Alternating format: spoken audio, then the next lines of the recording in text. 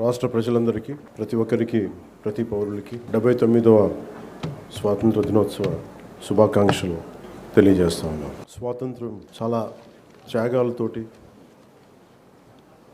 సాధించుకున్నది. ఈ రోజున గౌరవ ప్రధానమంత్రి శ్రీ నరేంద్ర మోదీ గారి మార్గదర్శకంలో, ముఖ్యమంత్రి శ్రీ నారా చంద్రబాబు నాయుడు గారి నాయకత్వంలో అభివృద్ధి, సంక్షేమం సమపాళ్లుగా ముందుకు సాగుతూ ఉంది.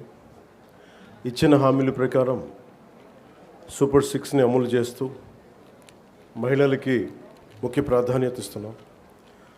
రాష్ట్రంలో తల్లికి వందనం పథకం ద్వారా ఈ ఏడాది 67.27 లక్షల తల్లులకి, మాతృమూర్తులకి 8,745 కోట్లు వారి అకౌంట్స్లో జమ చేశాం.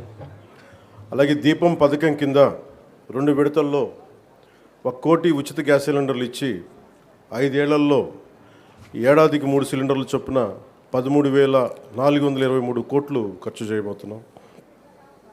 ఈ రోజు నుండి స్త్రీ శక్తి పథకం ద్వారా ఆర్టీసీ బస్సుల్లో మహిళలకి ఉచిత ప్రయాణాన్ని ప్రారంభిస్తున్నాం.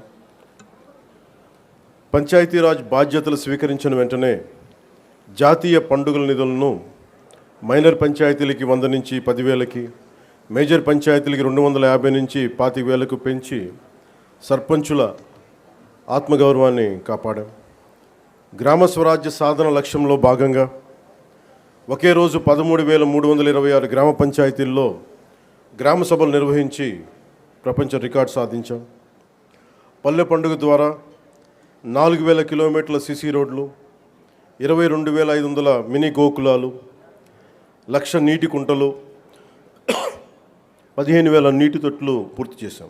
పంచాయతీరాజ్ ఇంజనీరింగ్ డిపార్ట్మెంట్ ద్వారా 2,000 కిలోమీటర్ల బీటీ రోడ్లు, 14 కొత్త వంతెనలు నిర్మించాం. గ్రామీణ ఉపాధి హామీ పథకం ద్వారా 75.23 లక్షల ఉపాధి శ్రామికులకు గ్రామాల్లోనే ఉపాధి కల్పించి ప్రమాద పరిహారం 50,000 నుంచి 4 లక్షలకు పెంచాం.